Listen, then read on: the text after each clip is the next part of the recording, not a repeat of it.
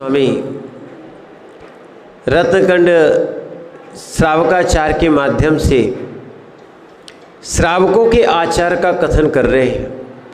उस श्रावकों के आचार का कथन से जो भी श्रावक हैं उनके मिथ्या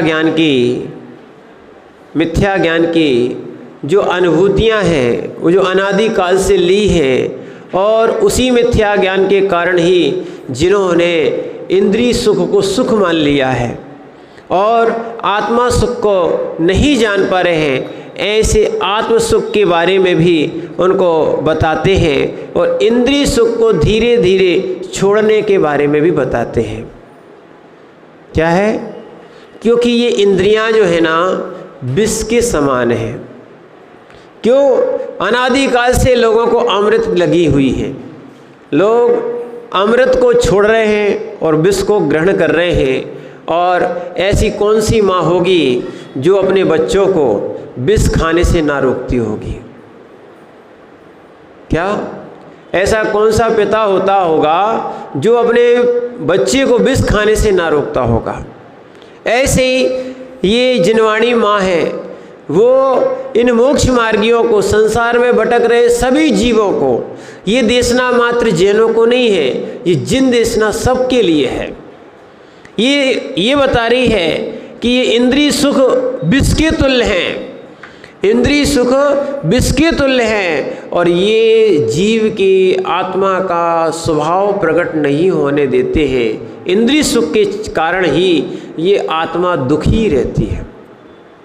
अनंत भव निकल गए पर ये अपने सुख को प्राप्त नहीं हो पा रहा, मात्र इंद्रिय सुख को सुख समझ लेता है। ये क्षणिक है, इंद्रिय सुख है। कैसे हैं? जैसे ध्यान रखना, आपने अपने कमरे से बाहर देखा, ठीक है, खिड़की आदि के माध्यम से क्या देखा? बाहर देखा। तो क्या होता है? आपने बाहर की वस्तुएं देखी तो आपने ये मान लिया खिड़की नहीं होती तो हमें दिखता नहीं।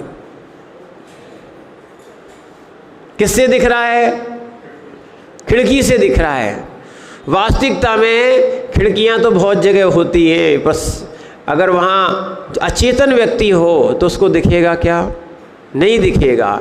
ऐसे ही ध्यान रखना, ये सब देखने वाली आत्मा थी, जानने वाली कौन थी? आत्मा थी। हमने इंद्रियों को देखने वाला मान लिया, इंद्रियों को सुख दुख का अनुभवक मान लिया, अनुभव करने वाला मान लिया। इनसे ही सुख हो रहा, इनसे ही दुख हो रहा। ये सबसे बड़ी अज्ञानता है। क्या है? सुख और दुख निज कर्म के अधीन है और साता वेदनी असाता वेदनी के अधीन है।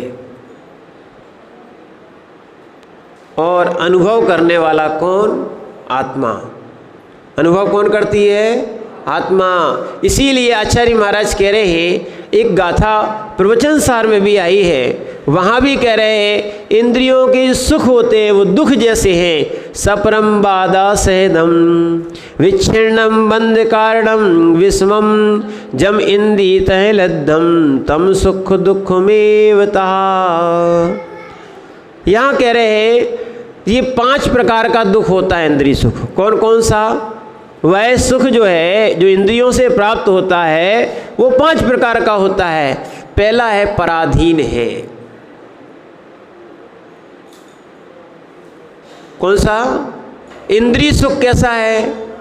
सबसे पहली बात बता रहे, पराधीन है। इंद्रिय सुख के लिए दूसरे की आवश्यकता पड़ती है, इंद्रिय सुख के लिए दूसरे की आवश्यकता पड़ती है। और इंद्रियां जो है ना, वास्तविकता में देखी जाए, इंद्रियां स्वयं नहीं भोग रही, स्वयं अनुभूति नहीं ले रही, आत्मा अनुभूति ले रही। दूसरी बात बता रहे आचार्य महाराज, बाधा सहित है। कैसा है? बाधा आती इसमें, पराधीन भी है, बाधा आती है। संसार में जिन जिन को इंद्रिय सुख की बाधा आती है वो भगवान के चारों तरफ, गुरुओं के चारों तरफ घूम रहे हैं कि हमारी बाधा दूर हो जाए, हमें इंद्रिय सुख मिल जाए। पर ये सब कर्माधीन है। अच्छे कर्म करोगे तो आपको इंद्रिय सुख मिलेगा, और अच्छे कर्म नहीं करोगे तो इंद्रिय दुख मिलेगा। तो इसीलिए ये कैसा है, बाधा सहित है। दुख कैसा है, ये इंद्रिय वाला बाधा सहित है। इसलिए ध्यान रखना, जो मोक्ष सुख होता है वो बाधा रहित होता है।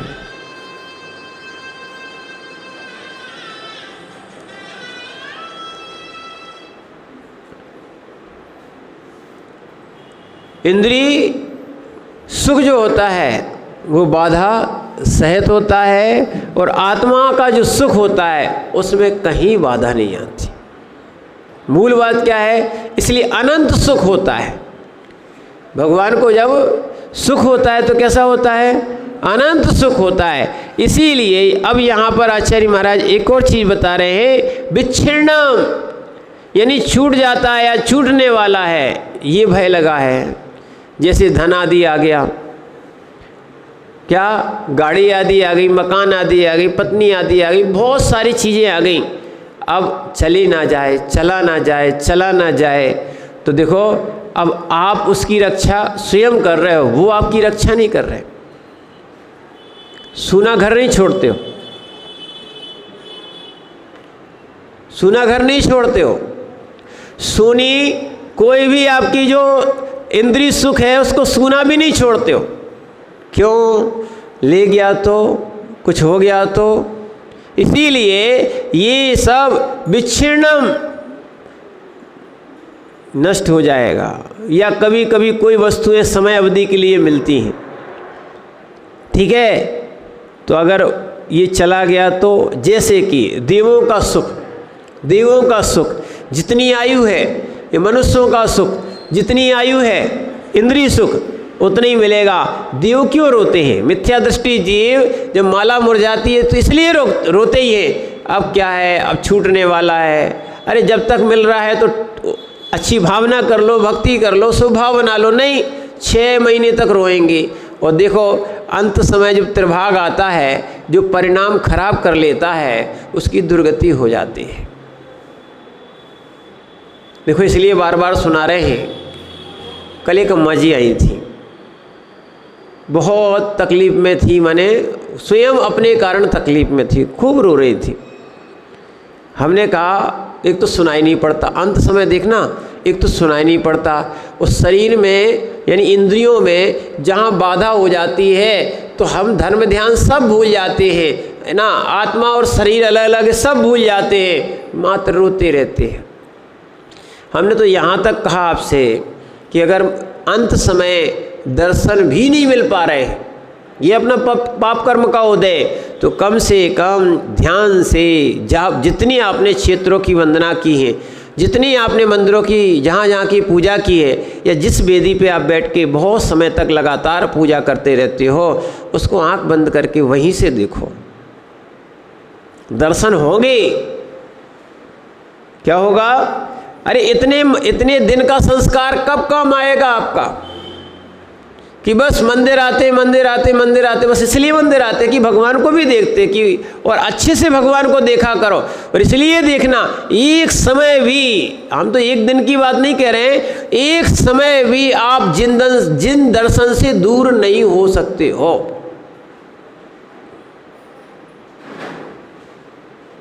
क्या है, आप जिन देव के दर्शन कभी भी कहीं भी कर सकते हो, कर सकते कि नहीं, अगर सही से अभ्यास किया हो, उपयोग लगाओगे तो कहीं भी कर सकते हो आप। बस कई बातें ऐसी होती है जहां सूतक पातक में आदि या अशुच अवस्था में उनको निषेध कर दिया जाता है, पर स्पष्ट लिखा है, अपवित्रा पवित्रो वा सुस्तो दुस्तो पिबा ध्यायेत पंच नमस्कारम सर्व पापै प्रमुच्यते। जिनको पापों का क्षय करना हो, शुभ ध्यान में होना हो, तो आप चाहे पवित्र हो, चाहे अपवित्र हो, चाहे स्वस्थ हो, चाहे अस्वस्थ हो, इतना तो लिख दिया, उसके बाद भी आप लोग रोते हो। चाहे निर्गंध साधु, सुनना, स्वस्थ हैं चाहे अस्वस्थ हैं, फिर भी अपनी क्रियाओं में वैसे सामान्य रूप से नहीं दिखेंगे, पर उनकी अंतरंग में सारी सामायिक क्रियाएं प्रतिक्रमण नहीं पड़ रहे, सुन तो रहे।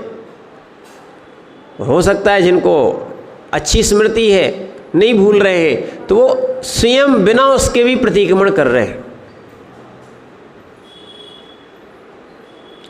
ये संस्कार इसलिए डालते हैं कि ये जीव को कभी दूसरी अवस्था में अगर पहुंच रहा है तो वो काम करे।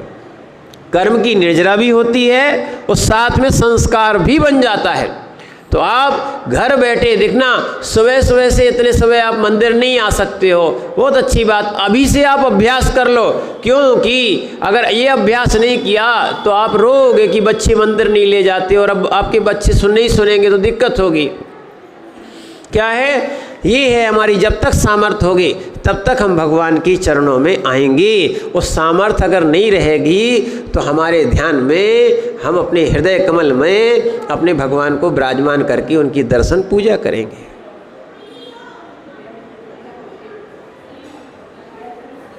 क्या समझना इस बात को? जब चिंतो तब सहस्र फल, लखा फल गमणेश, कोटा कोटि सहस्र फल, जब जिन बर दर्शेश। अगर आप चिंतन भी कर रहे हो, जब चिंतो तब सहस्र फल, विषय दूसरा जा रहा है पर आपको ये बता रहे विच्छिन्न की बात। क्या है? अगर आत्म सुख को प्राप्त करना हो, भगवान के दर्शन प्राप्त करना हो, तो ये विच्छिन्न नहीं हो सकते हैं, क्योंकि यहाँ स्वावलंबन की आवश्यकता होती है। अब वहाँ किसी के शरीर की भी कोई दिक्कत नहीं रखना कि शरीर जाता है कि नहीं जाता, शरीर जाए या ना जाए, आपका भाव तो मन तो जाएगा कि नहीं जाएगा। सुबह सुबह उठो, आंखें बंद करो, हाथ पैर पहले धो लो, थोड़ी सी जो निर्वृत्ति आपको करना हो वो करने के बाद बस पलंग आदि पर ना बैठ के या खड़े होके आप वहीं से सुबह सुबह भगवान को नमस्कार करो।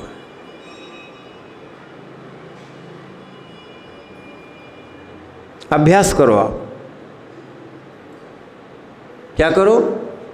अभ्यास करो। वहीं से आपने, कई लोगों के मंदिर की शिखर दिखती है तो प्रणाम करते हैं, और कई लोग सुबह से अगर वो भी नहीं दिख पाई, अगर आप ज़्यादा जल्दी उठ गए और नहीं दिख रही है, तो आप बिना लाइट के और बिना प्रकाश के भी, अपनी आँखों के बिना खोले भी आप भगवान के दर्शन कर सकते हो।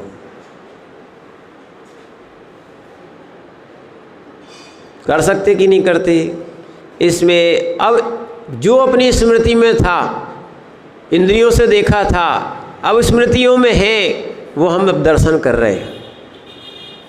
इसीलिए कोई भी विकल्प नहीं करना, कोई भी संकल्प नहीं करना और रोना गाना नहीं, अन्यथा आपके संकल्प विकल्प में, संक्लिष्टता में परिणाम खराब होंगे। परिणाम खराब होने से पर्याय खराब हो जाएगा।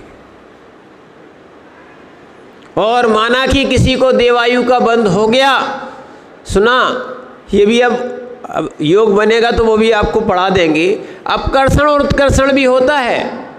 आपने देवायु का बंद करने के बाद अब बुढ़ापे में भगवान उठा ले, भगवान सुन ले, क्यों नहीं उठाता है, क्यों नहीं सुनता है, जल्दी चले जाए, या ऐसी बातें थोड़ी सी जब अपनी विकलता होती है तो ऐसी बातें जब होने लगती हैं तो ध्यान रखना, ये संक्लिष्टता तुम्हारी परिणाम खराब कराई है। और परिणाम खराब करने से अगर शुभ गति का भी बंद किया है तो आप नीचे आ जाओगे।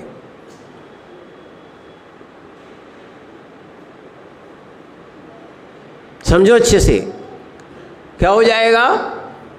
सीधी सीधी बात में समझा रहे, आपका अपकर्षण हो जाएगा। हो सकता है ऊपर के स्वर्ग में जाना हो, और हमने अपने भावों के द्वारा सम्यक्ति छोड़ दिया, लो भवनात्रक में आ गए। इसको बोलते देव दुर्गति। स्वर्ग जाओगे, बिल्कुल कोई दिक्कत नहीं है। जैसे कि सूर्य के विमान को, चंद्र के विमान को ये ज्योतिष के वाले देव ही खींचते हैं। मालूम? एक तो सूर्य विमान में एक देव हुआ है, सूर्य विमान में वो एक उनका घर है, विमान एक घर है और उसमें देव और अपनी देवियों के साथ वो रहता है। और सूर्य विमान जो घूमता है उसको खींचने के लिए देव लगे रहते हैं। क्या लगे रहते हैं? देव। और देव त्रियंच का रूप बना के बेचारे खींचते। क्या करते हैं? त्रियंच का रूप बना के उसको खींचते हैं। अब उनका पूरा जीवन काय में चला जाएगा? बस कभी रुकता है क्या? नहीं। वो सूर्य का विमान कभी नहीं रुकता, चंद्र का विमान कभी रुकता है क्या? बस देव तो बने थे, अब अभियोग वाहन जाति के बने सो वो घूम रहे, बस और कुछ नहीं कर रहे। जिनको घूमने का ज़्यादा शौक है ना, उनके लिए बता रहे भैया। इसीलिए क्या है, आत्मा में स्थिर होने का प्रयास करो, इंद्रियों की सुख को छोड़ने का प्रयास करो। संसार में बहुत घूम लिया, अब देखो देव बने थे, अब बताओ देव में वो कहते हैं, बताओ एक तो बहुत सुख भी भोग रहा है और यहाँ हम दिन भर जानवरों जैसे लगे। और उस किसमें? मनुष्यों में देख लो, मनुष्यों में बहुत सारे मनुष्य अभी तो बंद हो गए। वो हाथ वाले जो आते थे रिक्शे, क्या वो कहीं कलकत्ता या एक दो जगह कहीं चलते हैं अभी भी, ठीक है ना? ये हाथ वाले रिक्शे देखे ना, एक व्यक्ति वो नहीं देखे तो पालकी तो देखी है कि एक अंदर पालकी में आराम से बैठता है और बाकी लोग क्या करते हैं, उसको ढोते हैं। मनुष्य दोनों हैं, मनुष्य दोनों हैं। एक पैसे मिल रहा है तो कार्य कर रहा है पर देखना, और एक पैसे दे रहा है आनंद से बैठा हुआ है। दोनों मनुष्य हैं, एक वजन ढो रहे हैं और एक ऊपर बैठा हुआ है। ऐसी देव क्या है, यही दशाएं वहाँ भी है कि चाहे वो रिक्शे वाले को देख लो, वो तुम्हारे लिए, अब वो माना कि अब ऑटो चल गए हैं तो वो ड्राइविंग करता है, पर जो आनंद आराम से बैठने में आपको है उसको नहीं है। ठीक है, ऐसे देव भी बन गए तो क्या काम का रहा? तो यहाँ पर उनको दुख होता है, इंद्रिय दुख होता है। इसीलिए अपने परिणामों को संक्लिष्टता में नहीं लाना चाहिए। क्यों समझा रहे कि शरीर यहीं रह जाएगा? रहेगा कि नहीं? शरीर यहीं जलेगा, यहीं छूट जाएगा। तो तुम्हारे ही परिवार के और जिनने इस शरीर ने जिनको जन्म दिया है वो ही आग लगाएंगे।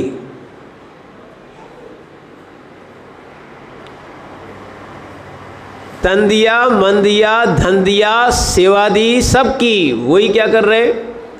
शरीर को सुरक्षित नहीं रखेंगे, वही क्या करेंगे? जब छूटना है तो इससे राग छूटना चाहिए। क्या है? अगर राग छोड़ दोगे तो आनंद आएगा, संक्लिष्टता खत्म होगी, जलना है। क्या? आचार्य महाराज के संग में एक समाधि हुई थी, आचार्य जी सुना रहे थे। विश्वधैर्य सागर जी या विश्वधर्म सागर जी थे, विश्वधैर्य सागर थे, उनकी शिखर जी में समाधि हुई 2000 में, जब आचार्य जी का चतुर्मास वहाँ हुआ। ऐसे ज्ञानी जीवों की समाधि कहलाती है कि समाधि के समय शरीर में, या शरीर जब क्षीण हो जाता है तो लेटे रहते हैं और उस समय धर्म ध्यान चलता है, उसका नाम समाधि है। समाधि के समय लेटे लेटे रहने से बेड सोल भी हो जाते हैं। क्या हो जाते हैं? बेड सोल हो जाते, घाव हो जाते, थोड़े थोड़े ये शरीर भी जो है ना, ये जर्जर होने लगता है। अभी अच्छा चमक रहा है, अच्छा हो रहा है, फिर क्या होगा? जर्जर हो जाएगा। ठीक है, उसी समय अब महाराज की स्थिति ऐसी हुई, शरीर भी जर्जर हो गया था। एक बार महाराज को थोड़ा सा उठाया, उठाते समय उनके हाथ से जैसे उठाया तो उनके खाल जो है ना वो फट गई, मांस दिखने लगा। क्या हो गया? कई लोग तो बड़ा खेद कर रहे थे, और ये फट गया मांस दिख रहा है। ठीक है, और वो महाराज कह रहे थे कि दीवारें टूट रही हैं, आत्मा आज़ाद होने वाली है। कोई संकल्प विकल्प नहीं आया। क्या है? दीवारें टूट रही हैं, अब आत्मा इस शरीर से आज़ाद हो जाएगी, मुक्त हो जाएगी। ऐसा चिंतन बनाने वाला जीव रो नहीं रहा था, चिल्ला नहीं रहा था, शरीर को नहीं देख रहा था। वास्तविकता में अंत समय जब शरीर तुम्हारे साथ नहीं देता तो तुम शरीर का साथ क्यों देते, क्यों करते हो राग? और जो जितना राग करता है उतना ज़्यादा दुख होता है जिससे करता है, चाहे शरीर से करे चाहे अन्य के शरीर से करे। जिससे जितना राग होगा उतना उतना दुख होगा। ऐसा आचार्य भगवान योगेंद्र देव स्वामी ने योग सार और ये कहा जाए परमात्म प्रकाश में लिखा है, यानी सबसे बड़ा दुख का कारण राग ही है। जितना राग उतना दुख, और जितना राग कम करोगे उतना आपका दुख कम हो जाएगा। इसीलिए जो विच्छिन्नम जो कहा जा रहा है, यानी देवों का जब माला मुरझाती है उस समय मिथ्या दृष्टि देव इंद्रिय सुख के छूटने के कारण रोता है। ठीक है? और ऐसा अवधि ज्ञान से जानता है कि कहाँ जाना पड़ेगा, तो वो सोचता है कि बताओ मनुष्य योनि में जाना पड़ेगा, 9 महीने उल्टे रहना पड़ेगा, माँ जो खाएगी वो खाना पड़ेगा, मलमूत्र के बीच में रहना पड़ेगा, ऐसी मांस की थैली में लटके रहना पड़ेगी 9 महीने तक, ऐसी गंदी पर्याय में। और अभी कितनी अच्छी पर्याय है, देखो देवों के सप्त धातु से रहित शरीर होता है, औदारिक शरीर होता है। ठीक है? और अभी आप इस असुचि का चिंतन नहीं कर रहे। देव लोग इस शरीर को पवित्र थोड़ी मानते। क्यों? मल से भरा हुआ है, मल से भरा हुआ है, बनता भी किससे है ना? अपवित्र पदार्थों से मिलकर ये शरीर बनता है। किससे बनता है? कोई सुगंधित द्रव्य या कोई अच्छी वस्तुओं से नहीं बनता। क्या है? ये बिल्कुल ये माने इतनी गंदी वस्तुओं से बनता है कि जिसकी आप कल्पना नहीं कर सकते हो। अगर असुचि नहीं हो तो पुत्र का जन्म नहीं होता, और उस असुचि से ही स्त्री पुरुष नपुंसक इन मनुष्य पर्याय में जन्म हो रहा है। और त्रियंचों में भी सम्मूर्छनों को छोड़कर बाकी इसी से जन्म होता है। ये शरीर किससे बना है?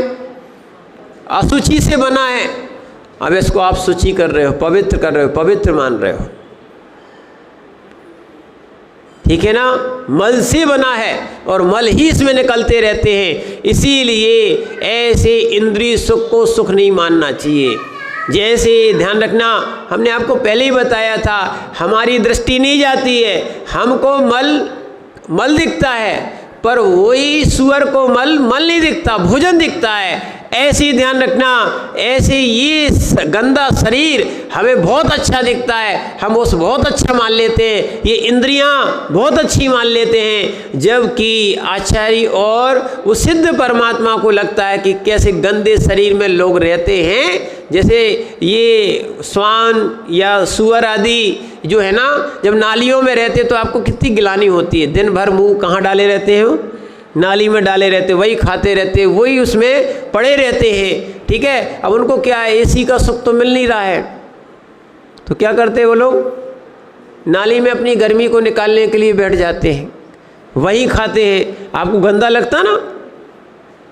समझना, ऐसे ही गंदे शरीर में रहने के बाद भी आप आनंद में हो। या जैसे मल का कीड़ा, आपने कथा सुनी ना, वो राजा का जीव, हरिदमन का जीव मल में कीड़ा बन रहा था, तो उसने अपने पुत्र से कह दिया कि मुनिराज ने कहा है भाई ये वचन सत्य होगा, तुम एक काम करना, मल में को उत्पन्न नहीं होना चाहता हूँ, इसीलिए तुम मुझे जैसे ही उत्पन्न हो वहाँ पर उसको मार देना। क्या करना? मार देना।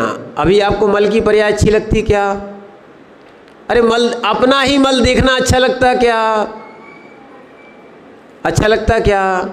पर जो मल जैसे अभक्षों को खा रहे हैं, फिर वो वहीं उत्पन्न होंगे।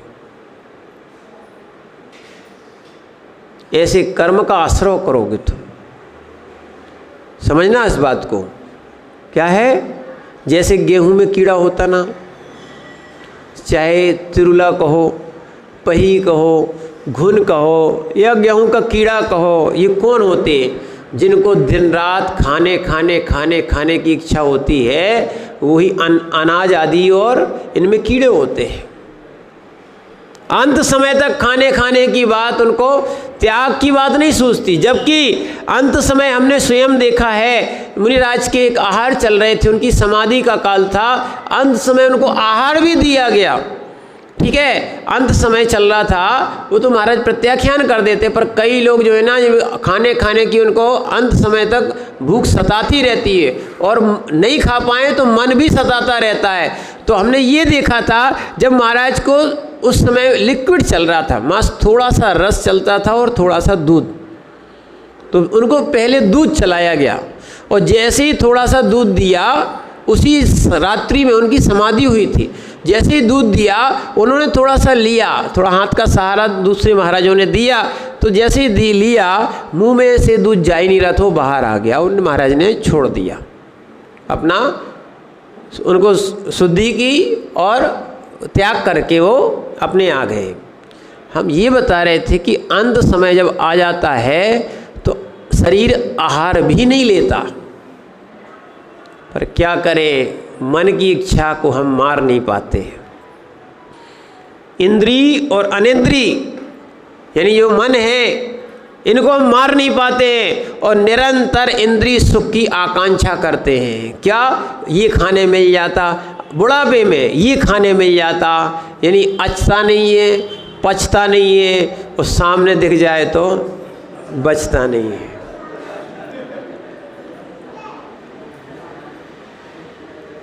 दोनों बातें होती हैं, भोजन भी खराब करते हो और भूमि भी खराब करते हो,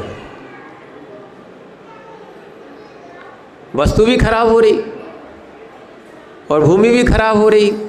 अरे नहीं पच रहा है तो क्या करो?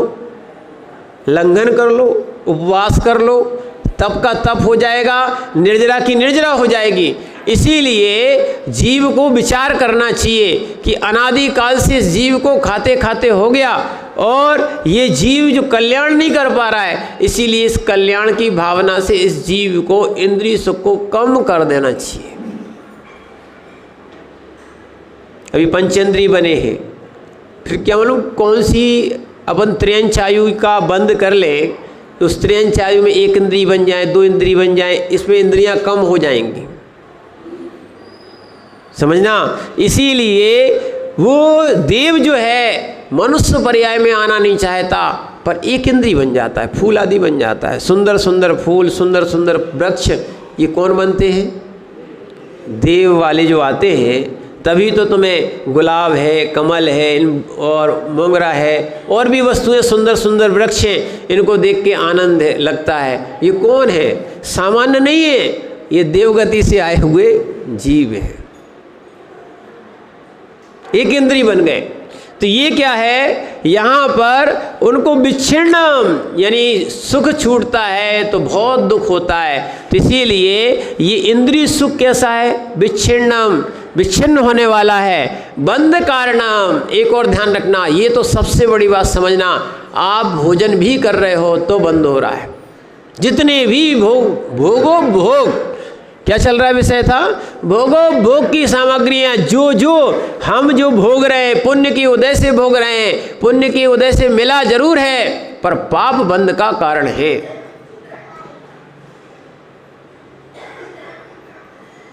लोगों को लग रहा है कि पुण्य का उदय चल रहा है महाराज, पुण्य का उदय चल रहा है, वो महाराज भी कह रहे बिल्कुल सत्य है। पर ये देखो, ये पुण्य का उदय पुण्य बंध का कारण है कि पाप बंध का कारण है? अगर इंद्रिय सुखों में लगे हुए हो इंद्रिय सुखों में लगे हुए हो कि मिला है तो भोगेंगे नहीं, खूब भोगो, कोई दिक्कत नहीं है, आपकी संपदा थी, आप ही भोगो, पर ध्यान रखना पाप का बंध ही होगा। इसीलिए ध्यान रखना, त्यागियों की आहार आदि क्रियाएं, विहार आदि क्रियाएं जिसमें विरक्ति है, राग नहीं है, उनको निर्जरा का कारण बनती। आहार करते करते मुनिराज निर्जरा को प्राप्त हो रहे हैं। आहार करते करते महाराज निर्जरा को प्राप्त हो रहे हैं। और एक इंद्रिय सुख का अभिलाषी व्यक्ति वो क्या कर रहा है? बंध को प्राप्त कर रहे हैं। आप तो हंस हंस के क्या कर रहे हैं? कर्म बांध रहे हो, हंस हंस के पुण्य नहीं भोग रहे हो। क्या कर रहे हो? जितनी भी क्रियाएं चल रही हैं, यानी कि आपका भोजन भी होता है तो असाता वेदनी कर्म के उदय से भूख लगती है।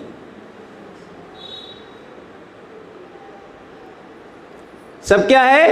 असाता वेदनी के कर्म के उदय से भूख लगती है। इस कारण से ध्यान रखना, ये जितना भी इंद्रिय सुख है पाप बंध का कारण है। और पांचवा दिया विषम है, यानी इसकी हानि वृद्धि होती रहती है। और या ये कहा जाए विषम है, विष की तरह है, और इसको समझा जाए इससे तृप्ति नहीं होती। मूल बात तो ये है, तृष्णा की खाई बस भरी भर है, खूब भर लो आप तो। तृष्णा की खाई खूब भरी। देखो सीधा सीधा एक उदाहरण दें, जैसे आप कितना भी पेट भर लो, शाम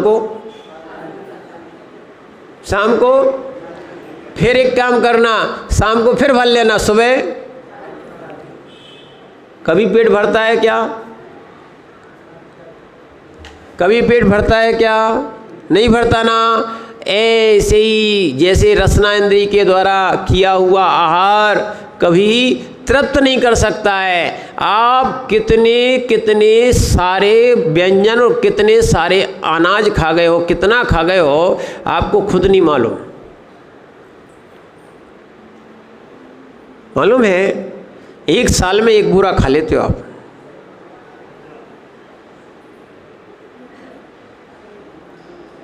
रजनीश भैया नहीं, अभी तो आपको बता रहे हैं, ठीक है, उतना ही प्रमाण मान लो। एक बोरा आप क्या है अनाज में, एक बोरा एक साल में खाते हो आप। कितने वर्ष के हो गए? लगाओ हिसाब। अगर 70-80 वर्ष के हो गए, 70-80 बोरे खा चुके हो आप। वो कहते हैं हम क्या महाराज जी इतना सा खाते।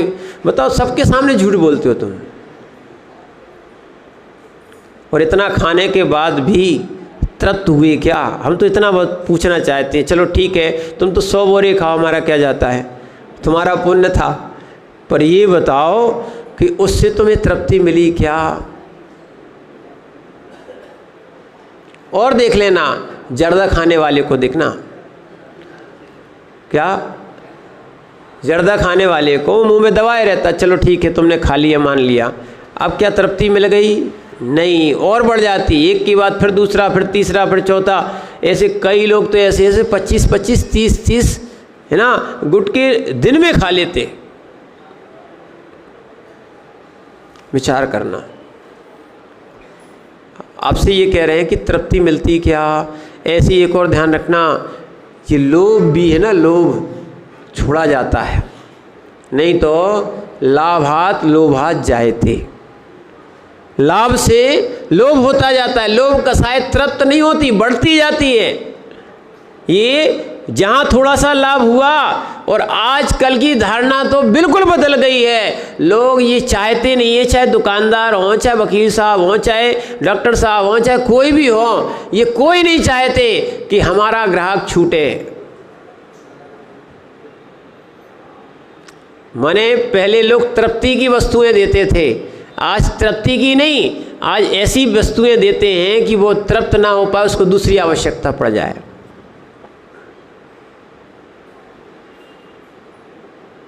डॉक्टर भी ठीक करना नहीं चाहता, अगर ठीक हो गया तो मरीज नहीं आएगा। समझो इसका अर्थ, चाहे माने आप जिनको अच्छा समझ रहे हो यूज एंड थ्रो, ये क्या चाह रहे हैं? Use and throw. ये लोग क्या कह रहे हैं? चीज़ क्यों बना रहे हैं? क्योंकि नई नई आप क्या है, थोड़ा सा प्रमाद के कारण कौन बार बार बर्तनों को मांजे, ठीक है, तो इसलिए अपन ने डिस्पोजल ले लिया। अब आपको समझ में नहीं आ रहा है, आपका पैसा बार बार निकलता जा रहा है, वस्तु बन रही, हिंसा हो रही है। क्या हो रही है? हिंसा हो रही है, गंदगी हो रही, हिंसा हो रही, सब कुछ हो रहा है, और बार बार आपकी इच्छा बढ़ती जा रही है। फिर दूसरे क्या है, फिर आपका जो धन आपके तन या धर्म आदि में लगता था, वो सब इन विषयों में चला जाता है। ये लोग आपको माने आपको इंद्रियों का, जैसे वस्तुओं का के कारण आपको गुलाम बना लेते हैं, आपको दास बना लेते हैं। आपकी प्रभुता, आपका प्रभुत्वपना क्या है? आप इस जीव के अंदर परमात्मा बनने की शक्ति है, पर इंद्रियों के दास के कारण, इंद्रियों की गुलामी के कारण ये जीव गुलामी पसंद करता है, पर प्रभु बनना पसंद नहीं करता है। क्या है? हम इंद्रियों के दास हैं। इसीलिए क्या? इसीलिए देवशास्त्र गुरु से उदास है।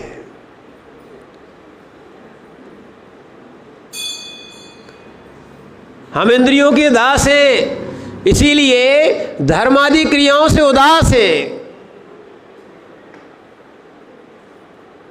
क्या है? नहीं महाराज, हम तो सेवा ही करेंगे। अच्छा, आप सेवक बनना चाहते हो, आप साधु बनना नहीं चाहते हो। इस पर्याय में साधु नहीं बनोगे तो किस पर्याय में साधु बनोगे? मनुष्य पर्याय के अलावा कौन सी पर्याय है जिसमें तुम साधु बन सकते हो? ना तो देवगति में है, न त्रियंश गति में है, ना मनुष्य गति माने नरक गति में है, मात्र मनुष्य गति में, वो भी आर्यखंड का, मिलेच्छ खंड के भोग भूमि के जीव मनुष्य भी मुनि नहीं बन सकते।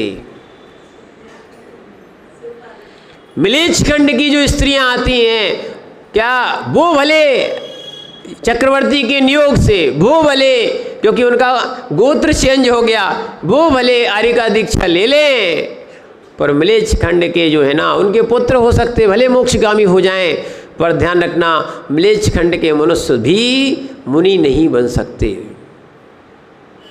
और 5 मिलेच्छ खंड, 1 आर्य खंड है जहाँ आप उत्पन्न हुए। भोगों के दास हर जगह मिल जाएंगे, पर ये देव शास्त्र गुरु की अरहंत की मुद्रा क्या है? बिरले ही मनुष्य को मिलती है। सौभाग्य मानना कि वास्तविकता में आपको ऐसे निर्गंथ योगियों के दर्शन मिलते हैं, और दर्शन से अपने भाव जागृत हों कि वो दिवस कब आ जाए कि हम भी साधु बने। ये है शिक्षा व्रत। ये क्या है? शिक्षा व्रत। और जो शिक्षाएं भोगों की चल रही हैं, चोरी की चल रही हैं, हिंसा की चल रही हैं, झूठ की चल रही हैं, है ना, मायाचारी की चल रही हैं, परिग्रह की चल रही हैं, उसकी खूब पढ़ाई चल रही है, और पढ़ पढ़ के फिर बन जाओगे पढ़ा। इंद्रियों के दास।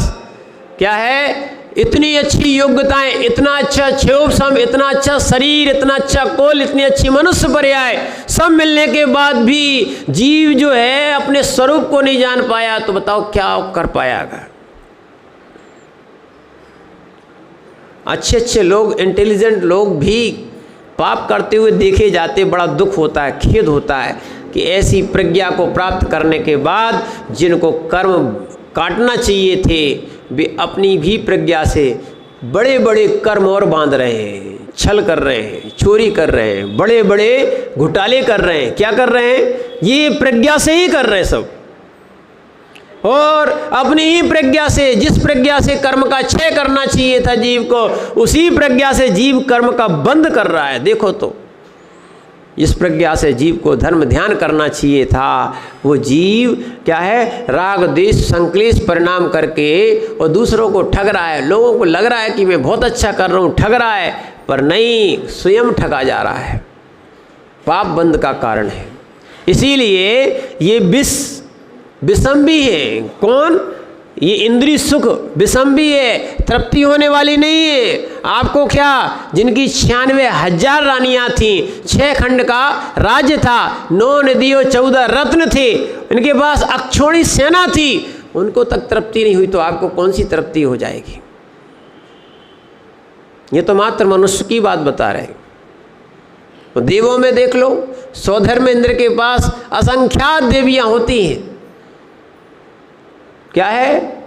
लगभग उनका जो प्रमाण बताया था 70 लाख तो उनके पास भवन होते। किसके? सौधर्म इंद्र के। जब त्रिलोक सार में इसको पढ़ा, 70 लाख भवन, और सब में अपना एक एक रूप बना के रह रहा है। ऐसा इंद्रिय सुख वाला कौन? सौधर्मेंद्र। उनकी सचियों के भी रूप बनाने की कुछ शक्तियाँ होती, उतनी तो नहीं होती पर कम होती हैं। इतने रूप बना के वो भी रह रही हैं, फिर भी इंद्रिय सुख से वो भी तृप्त नहीं हो पाता है। जैसे अग्नि में खूब घी डालना। क्या करना? अग्नि में खूब घी डालना। अग्नि तृप्त हो जाएगी क्या? अभिषेक भैया, अग्नि तृप्त हो जाएगी क्या? नहीं, लोग नहीं समझ रहे ना, इसको समझाने का प्रयास कर रहे हैं। इसीलिए समझ जाओ तो अच्छा है, यही देशना का सार है। अन्यथा ये जिनवाणी नहीं समझ पाते लोग, सो वो भटकते रहते हैं। अग्नि से, माने ईंधन से अग्नि कभी तृप्त होती क्या? ये बिल्कुल प्रैक्टिकल है आपका। होती है क्या? जैसी जैसी ईंधन डालोगे वैसे वैसे क्या होगी? अग्नि बंद हो जाएगी ना? नहीं। शरद भैया, कैसी होगी? बढ़ेगी। वैसी वैसी और बढ़ती जाती, लपटें और बढ़ती जाती। जैसे जैसे ईंधन मिलेगा वैसी वैसी। होली तो देख ही लिए, जिसकी ज़्यादा लकड़ियाँ उसकी ज़्यादा होली बड़ी ऊंची जलती, बड़ा आनंद आता है। ध्यान रखना, उसमें पंचेंद्रिय के घात करने का सीधा सीधा पाप लगता है, जो लकड़ियाँ लगा रहा है और जला रहा है, क्योंकि वह होलिका को जलाता है। यहाँ तो नहीं देखा, पर हमने अभी क्या बिहार में देखा, एक साड़ी भी पहनाई जाती है उसको। क्या है? अब ध्यान रखना, आपने अगर ऐसे पंचेंद्रिय जीव को, चाहे रावण हो, चाहे ऐसे कोई भी जीव को जलाया, तो आपको पंचेंद्रिय घात करने का दोष लगेगा। जब अपने यहाँ आटे के मुर्गे को मारने के कारण दुर्गति हो सकती है, इसलिए बच्चों को सिखाओ, समझाओ। इतना मोह मत करो कि वो वीडियो गेम खेलते हैं तो वीडियो गेम में मारा जाता है, और वो मार रहे हैं बच्चे, छोटे से ही संकल्पी हिंसा कर रहे हैं।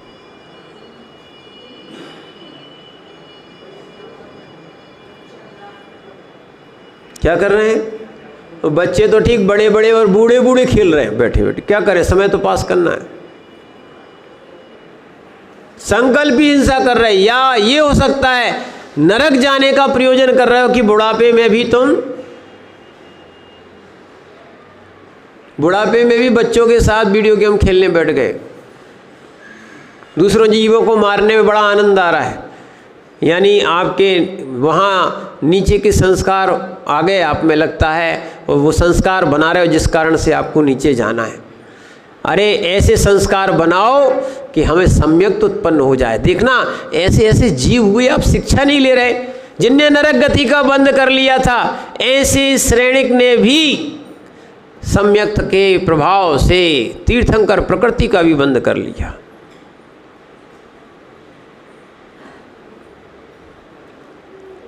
संस्कार बदलो। क्या बदलो?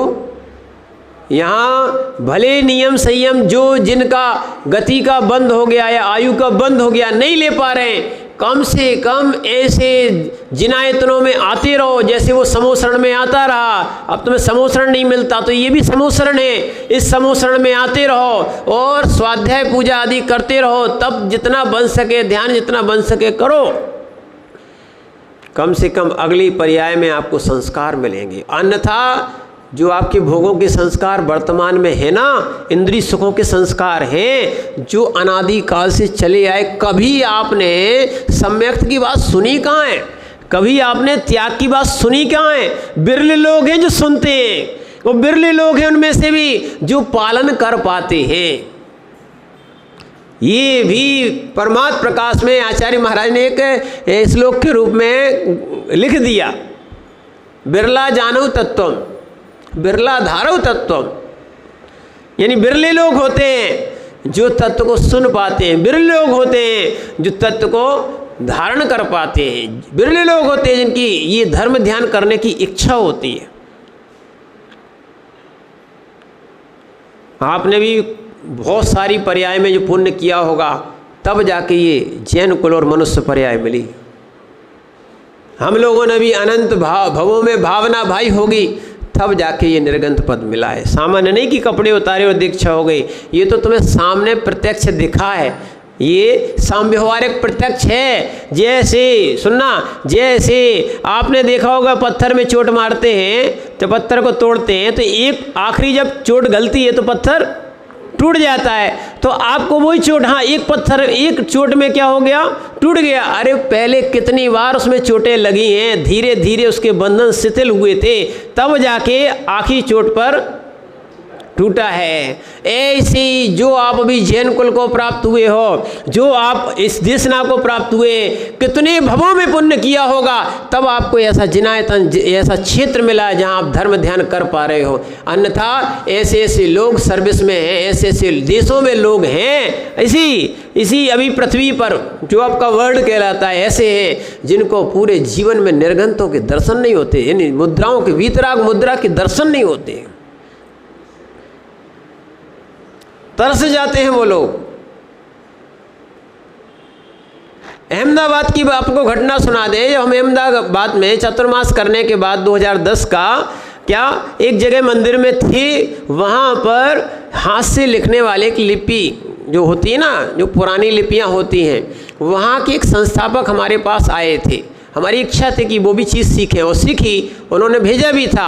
तो वो हमारे दर्शन करने के लिए आए थे कि आप हमारा संस्थान देखने चलो। तो वो श्वेतांबर थे और अच्छी पोस्ट पे थे और वो रिटायर्ड हो चुके थे। उनने पूरे जीवन में भी क्या है कभी निर्गंथ मुनि नहीं देखे थे क्या।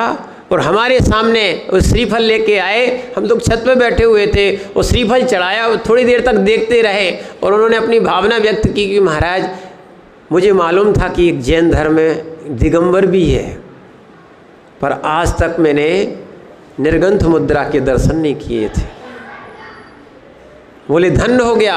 वो बड़े वास्तविकता में कभी कभी श्वेतांबर श्रावक जब दर्शन करने आते हैं इतना अपने आप को धन्य और सौभाग्यशाली मानते हैं कि धन्य है, ऐसे ऐसे निर्गंथ साधु होते हैं, पर उनकी सेवा ही नहीं कर पाते हैं।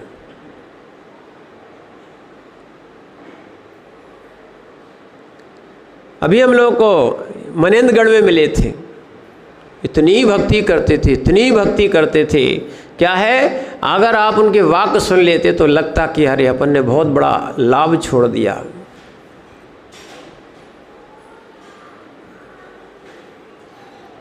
नवीन भैया, ऐसे ऐसे भी लोग जगत में हैं जो मात्र दर्शन और भक्ति से ही बहुत से कर्म काट लेते हैं।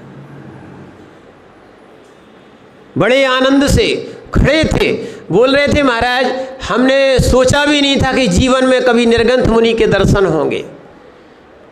तो हम क्या करते थे मालूम, हम जब स्नान करते थे उस समय पूरे कपड़े अपने उतार लेते थे और 9 बार नवकार पढ़ते थे और सोचते थे कि ऐसे दिगंबर मुनि होते होंगे।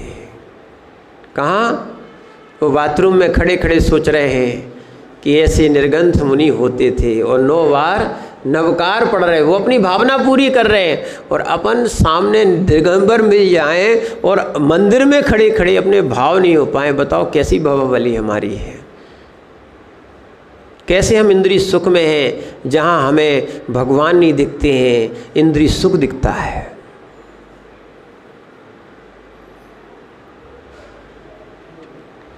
समझना, ये इंद्रिय सुख कब तक?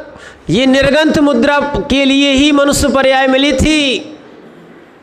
क्या है? निर्गंथ मुद्रा के लिए हमें मनुष्य पर्याय मिली थी। पर क्या कहे, इस मिथ्यात्व ने, इस अज्ञान ने, इस मोह ने ऐसा मोहित कर लिया, ऐसा जादू चला दिया कि हमें निर्गंथता तो दिखती नहीं है, दिखती है तो स्वाती नहीं है। भगवान दिखते हैं, अरे बहुत भगवान है, बहुत वेदियाँ हैं, बढ़ती जा रही हैं, भोगों की वस्तुएं तो बढ़ती जा रही, वो उनको कुछ नहीं लगता है ना। और यदि जिनायतन, जिन मंदिर, जिन माने दीक्षाएं अगर होती जाएं, क्या करेंगे, कौन चौका लगाएगा इनको? माने जगत की चिंता इनको ही है, भगवान को तो है नहीं है, भगवान जगत के करता भी नहीं है, पर इनको सबकी चिंता है। विचार करो क्या है। अभी तो भैया ज़्यादा महाराज हुए कहाँ हैं? सुनील भैया कितने महाराज हैं? अभी जो आंकड़ा था अभी थोड़ा बढ़ गया होगा, पर अधिक से अधिक 1600, 1700, 1800, इससे ज़्यादा पिच्छी नहीं। क्षुल्लक जी भी मिला लें तो, जो भी इकट्ठी दीक्षाएं होगी ना, उन सबको भी मिला लें तो कितनी है? 1700-1800 से ज़्यादा पिच्छियाँ नहीं है। समझना, बहुत से नगर आज भी चातुर्मास से खाली हैं। क्या है? सोचो, जब भद्रबाहु स्वामी का काल था, मात्र भद्रबाहु स्वामी के 24,000 शिष्य थे। कितने थे? 24,000 शिष्य थे।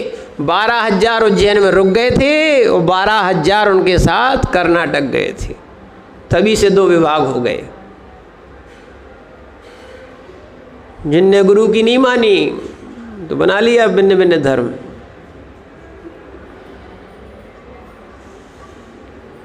विचार करो, एक आचार्य के थे, और भी तो उस समय आचार्य होंगे। क्या है? इसीलिए ध्यान रखना कि ऐसा निर्गंथ पथ पहले भी था, अभी अभी बता रहे हैं। ये पंचम काल की घटना है, कोई चतुर्थ काल की घटना नहीं बता रहे हैं। कितने अभी अभी की बात बता रहे हैं। ये 12,000 नहीं, 24,000 शिष्य किसके थे? भद्रबाहु स्वामी के थे। विचार करना। इसीलिए यहाँ पर थोड़ा बहुत नियम संयम और शिक्षा व्रतों को समझने का प्रयास करें, अन्यथा ध्यान रखना ऐसी संसार की लौकिकता में आप नाचते गाते रहोगे और पूरे जीवन को बर्बाद कर दोगे, कुछ नहीं है बस। ठीक है ना? तो इसीलिए आचार्य महाराज कह रहे हैं थोड़ा थोड़ा सा नियम बढ़ाओ। कौन सा? जो आपने देश व्रत में लिया था, अब यहाँ पर क्या है? देशावकाश व्रत आ रहा है, जो यहाँ पर बताते हैं। देशावकाश वैसे सुन तो लिया है, उसी को यहाँ पर और समझाया जा रहा है। क्या है? 92 नंबर के श्लोक में, इसको अपन श्लोक को पढ़ते हैं आज, फिर उसके बाद देशावकाश कम स्यात्, देशावकाश कम स्यात्, काल परिच्छेदनेन देशस्य प्रत्यह मणुव्रतानां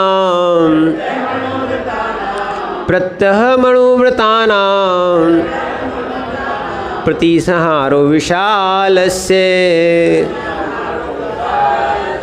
एक और श्लोक पढ़ लें, लगभग क्या है ये सब मिलता जुलता है और अपन ने इनको बहुत विस्तार से समझा है और इसमें यही बातें आ रही हैं। गृहारी ग्राहाणाम,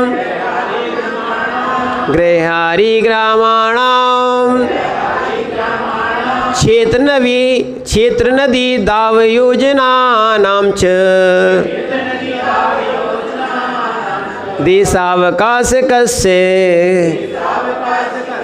स्मरन्ति सीमनां तपो वृद्धा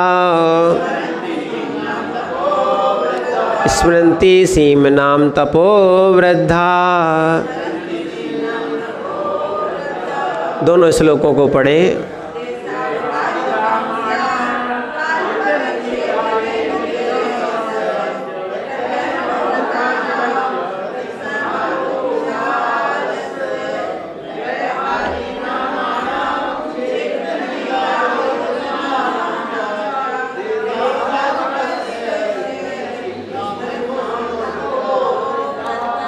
आचार्य भगवान समंत भद्र स्वामी कह रहे हैं कि अणुव्रत को पालक श्रावकों को, जिन्होंने अणुव्रत का नियम लिया है, ठीक है, और जिन्होंने नहीं भी लिया है वो भी ऐसी दोनों चीज़ें कर सकते हैं।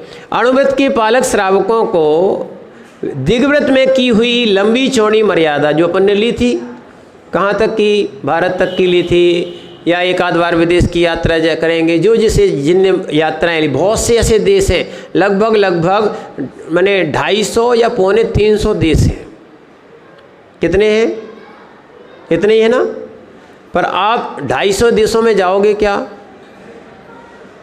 आप अपनी मर्यादा कर लो कितनी थी। अब जो आपने मर्यादा की, माना कि आपने भारत की मर्यादा की, तो ऐसे भारत के बहुत से प्रदेश हैं, है ना, यहाँ तक कि अब शिखर जी के आगे, वो तो शिखर जी है, सो जाते हो, और यहाँ गोमटी से सो जाते हो आप। अन्यथा ये आप माने पूरब में और दक्षिण में आप ना जाओ।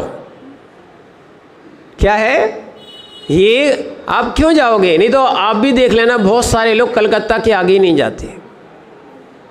जाते क्या?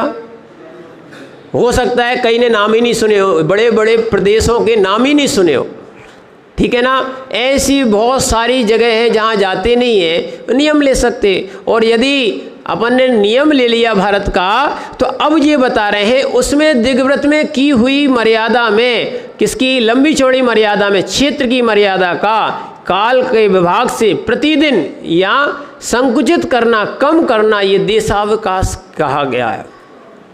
जो अपन ने अवधि ली ना, पहले भी बताया था, जैसे अपन ने बहुत सारी हरि का भी नियम लिया है, तो वो भोग परिमाण में आ चुका है। अब यहाँ देश की मर्यादा जो ली थी, किसकी?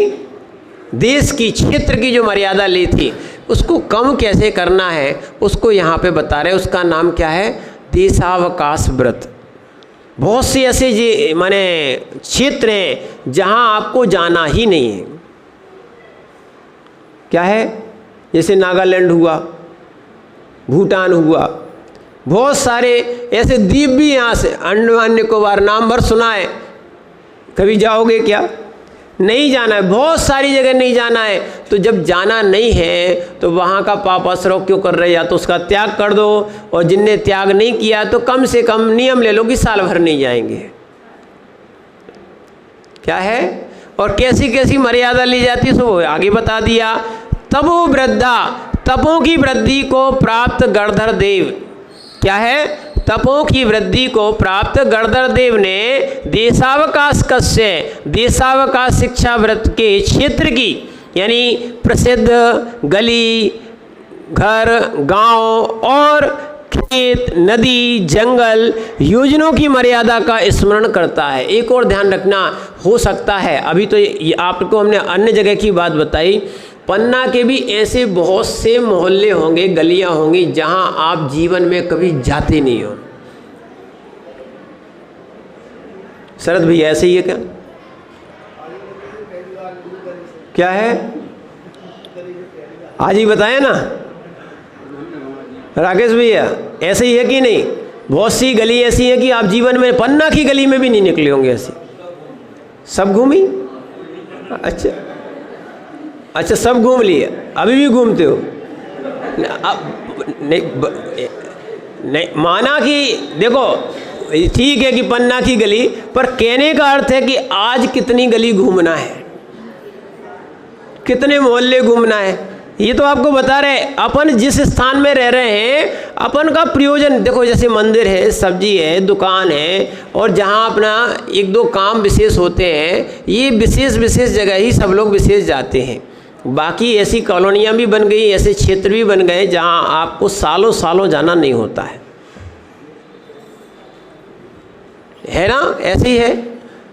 और महिलाओं का तो विशेष होता है, वो तो मर्यादा में निकलना और जाना बहुत कम है, जो अन्य जगह कहीं कोई रिश्तेदारी में या अन्य जगह जाना पड़ता है।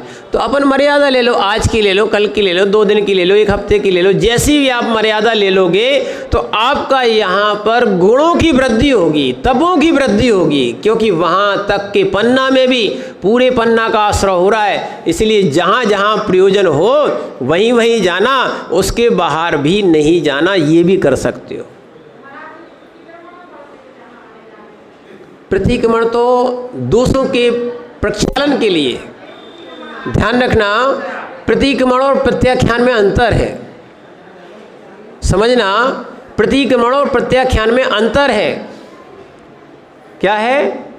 जब दोष हो जाते हैं उनको प्रक्षालन करने के लिए प्रतिक्रमण होता है, और दोष ना हो उसके पहले त्याग कर देना, कर्म की निर्जरा करने के लिए, उसका नाम प्रत्याख्यान, त्याग है। ऐसा वो प्रतिक्रमण नहीं कहलाता है। सही तो यही बात है। ये जो है ना, नए नए पर्चे टांगने भी लगे हैं और नए नए पर्चे पढ़ने भी लगे हैं। क्या करें, लोगों को मूल आचार्य, मूल आमनाएं, इससे अलग जाने का शौक हो गया है, अलग अलग पैटर्न निकालने का शौक हो गया है। क्या हो गया?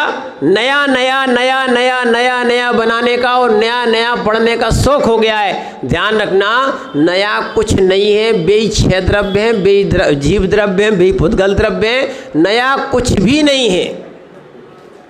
क्या है? बहुत सारा प्रतिक्रमण नया टाइप का बना दिया है। वास्तविकता में आप प्रतिक्रमण पढ़ो, प्रतिक्रमण का अर्थ ही होता है एक पश्चाताप। ये 12 प्रकार के तप हैं। 12 प्रकार के क्या हैं? तप हैं। तप, प्रतिक्रमण भी एक तप है, प्रायश्चित भी एक तप है, अनशन, अरुणोदर, ये व्रत परिसंख्यान, रस परित्याग, ये सब भी एक तप है। ये बहिरंग है, कुछ अंतरंग होते हैं। क्या होते हैं? तो इसीलिए जो प्रतिक्रमण किया जाता है वो एक प्रकार के पापों की, जो जो हमने गलतियां की हैं उसके प्रक्षालन का एक तरीका है। प्रतिक्रमण तो करना चाहिए, पर प्रतिक्रमण और प्रत्याख्यान एक नहीं है।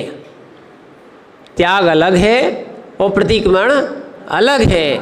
ठीक है ना? जब हम जिस वस्तु का हमने त्याग कर ही दिया है तो उसका फिर प्रतिक्रमण क्यों?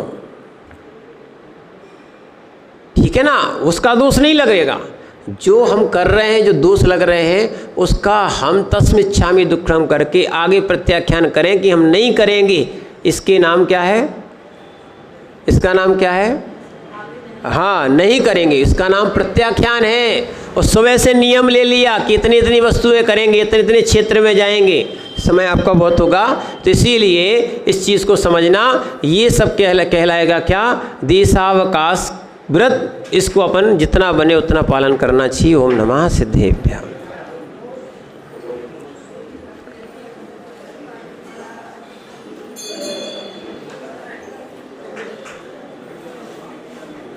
जल चंदन चल पुष्प चल दीप धूप फल